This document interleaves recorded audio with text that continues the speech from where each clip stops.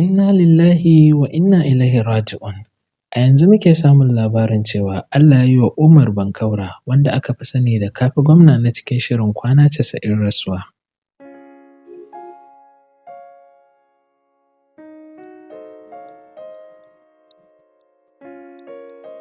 A yammacin yau ne dai muke samun labarin rasuwar jarumi Umar Bankaura, wanda aka fi sani da Yakubu Kafi Gwamna na cikin shirin Kwana 90.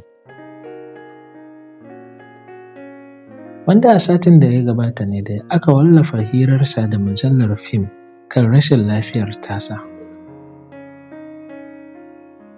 Daga kwance akan gadonsa na jiya, Bankaura ya faɗa wa mujallar fim cewa, "Ka zo a lokacin da ba zan iya doguwar zantawa da kai ba, amma na gode da zuwanka wajena." Amma duk da haka ya ɗan yi bayani cewa, "Na samu lokaci mai tsawo ba ni da lafiya, domin tun a watan ƙaramar sallah nake fama da rashin lafiya. Kuma dai ka ga yadda ka same ni, kuma ina fatan za ku ci gaba da yi mini addu'a. Allah shi ya san yadda zai yi da bawansa." Hakika duk wanda ya san Bankaura in ya gansa sai ya tausaya masa, domin yana cikin yanayi na buƙatar taimako.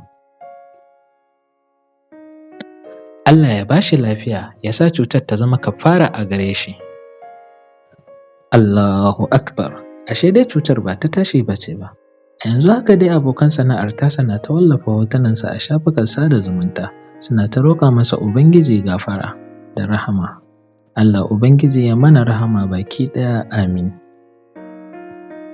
Jarumi Falalu Ɗorayi inda ya wallafa a shafinsa, "Inna lillahi wa inna ilaihi raji'un. Allah ya yi maka rahama, Baba Umar." Umar Yahaya Manumfashi na ɗaya daga cikin iyaye jarumai da suke ba da muhimmiyar gudunmawa a masana'antar Kannywood, tun daga stage drama zuwa talabijin har home video wato Kannywood, sannan babban ma'aikaci ne a Nigerian Customs Service. Allah ya yi masa gafara, ya bai wa iyaye da iyalai da 'yan uwa haƙurin rashinsa. Idan mutuwarmu ta zo, Allah ka sa mu cika da imani, amin.